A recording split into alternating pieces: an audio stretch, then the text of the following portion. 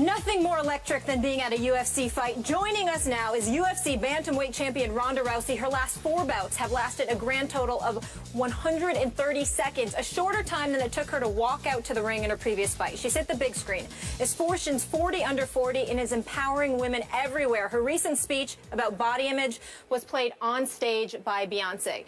And now Ronda, in another undefeated UFC champion fighting out of Poland, the strawweight division, Joanna Jędrzejczyk, I hope I got that right, are making history, co-headlining UFC 193 in Melbourne, Australia, November 14th. Ladies, this is such a treat.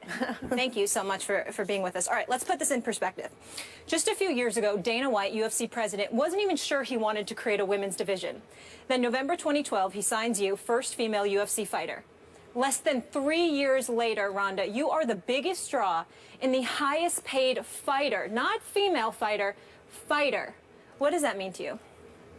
It's really encouraging, you know. It was something I really worried about in the beginning, that it wasn't just to get into the UFC, but it was to get into the UFC and perform. And it was an experiment in the beginning, and I just wanted to do well enough just to hang in there so that I could, you know, I could justify even having a job. And now it's gotten to the point where it's like I thought I was dreaming ridiculously big before, but now we're having to get creative.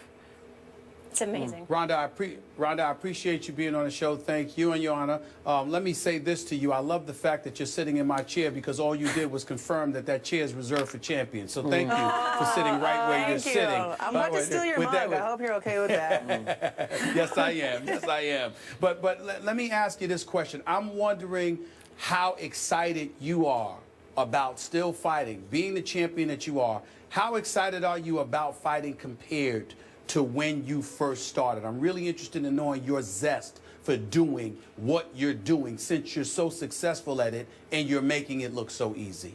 You know, I get more and more excited for every fight, because there's more on the line for every single fight. You know, I have more to lose every single fight.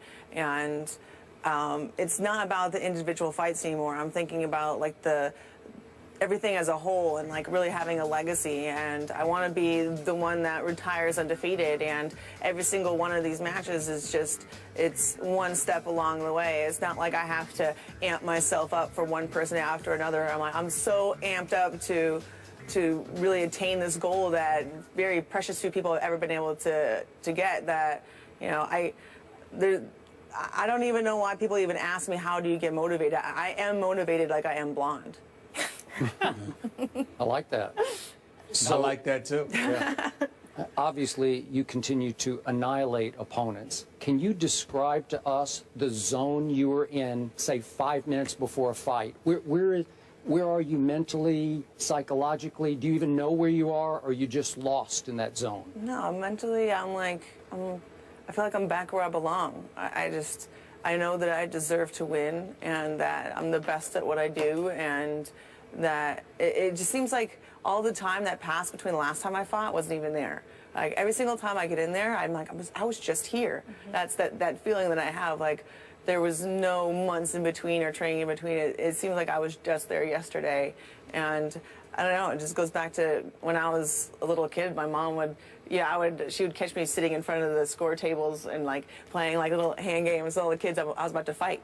And she would grab me and put me in the corner and be like, sit there and think about winning. And she would like purposely get me to like focus and not to be distracted, and like learn how to focus myself before I went out. So are you way up for a fight, or do you try to gear down and keep your head straight for a fight?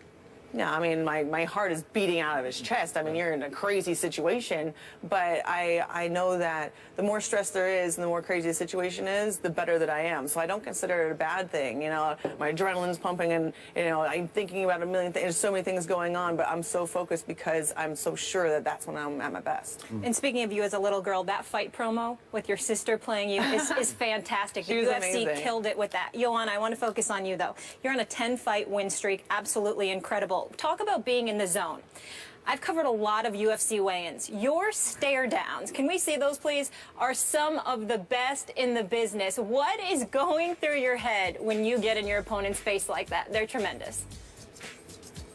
It's just me, you know, emotions, so I'm natural, but it's some story about, you know, I had some fight in Suriname there were some half Dutch, half Suriname girl. So she said live on TV that I'm little girl and she gonna beat me. And so I was like, okay, I'm ready, let's do this. So she was kind of short.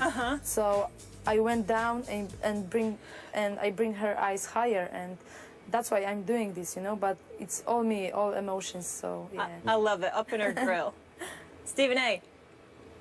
No, I'm just, listen, I'm just happy that they're both on the show. I just wondered, like, I see so many, we make so much of guys where they go into the ring and they're not just about trying to win. In a lot of instances, they're about trying to hurt folks. And I'm wondering, for the both of you, is that your attitude? Do you just want to win, or do you find yourself on occasion literally wanting to hurt somebody? Because I know for a fact Ronda came across that way, particularly when she went to Brazil for that fight. You wanted to hurt that lady. You did not want to just beat her. I'm wondering how often, how prevalent that is, that attitude is. Well, one of my favorite books ever is Ender's Game, and I was reading it when I was in the 7th grade, and I read it like every year for several years. And one of my favorite things in the book was he wasn't a malicious person or anything like that, but in the effort to protect himself, every fight that he got into, he had to win it in such an overwhelming way that he would win all of the future fights. That person would never come back. And that's kind of what I'm trying to do. You know, I'm trying to win in such a big way that that person, all of their hope of ever trying to come back ever again is just crushed. And it's better for both of us because, you know, that one fight, it keeps it from going on and on and on. I'm just trying to make it definite and put a stamp on it and be like, okay, this chapter of your life is over, and I'm moving on. So last time you were here, it's just before the Pacquiao-Mayweather fight, and you picked Manny to win the fight. You divulged you're obviously friends with him and that camp. How did you see that fight, and would you like to see a rematch? To be honest, I was supposed to go to that fight in person. And the day before, I got diagnosed with pneumonia. Oh. And so, yeah, I was on all kinds of medication that, like, caused drowsiness. I was trying my best to watch it, and I fell asleep, like, 5 times. I had to, like, keep getting woken up again, and then I would pass back out. Maybe it was best that you passed out. I think some other people pass out a little bit, That's too. what I've heard. So I don't know if I would demand a rematch, but, you know, I can't really say firsthand because, you know, I was literally, like, it was the worst, like, the most sick that I could ever remember being. Wow. Yeah. Fair enough. Look at this, Skip. Joanna, how has Ronda impacted your career, being the first female in the UFC and opening doors for women like you that are now being so dominant in the sport? I'm very happy that I'm part of UFC, that Dana did this choice to open the bantamweight division, and a few years after he opened the strawweight division. So I wish there are more divisions gonna come, and I'm happy for it. You know, I'm a big fan of Ronda, and I'm happy that I'm gonna fight on the same card. It's going to be amazing. Thank you guys so much for being here. This is awesome. November 14th, another first, 2 women co-headlining, so it's going to be amazing. Melbourne, Australia. Looking forward to that. And speaking of first, tonight, Ronda Rousey co-hosting SportsCenter. Yeah. Amazing. First female athlete guest anchor on SportsCenter. Catch history tonight, 6 p.m. on ESPN. I'll have that DVR'd for sure.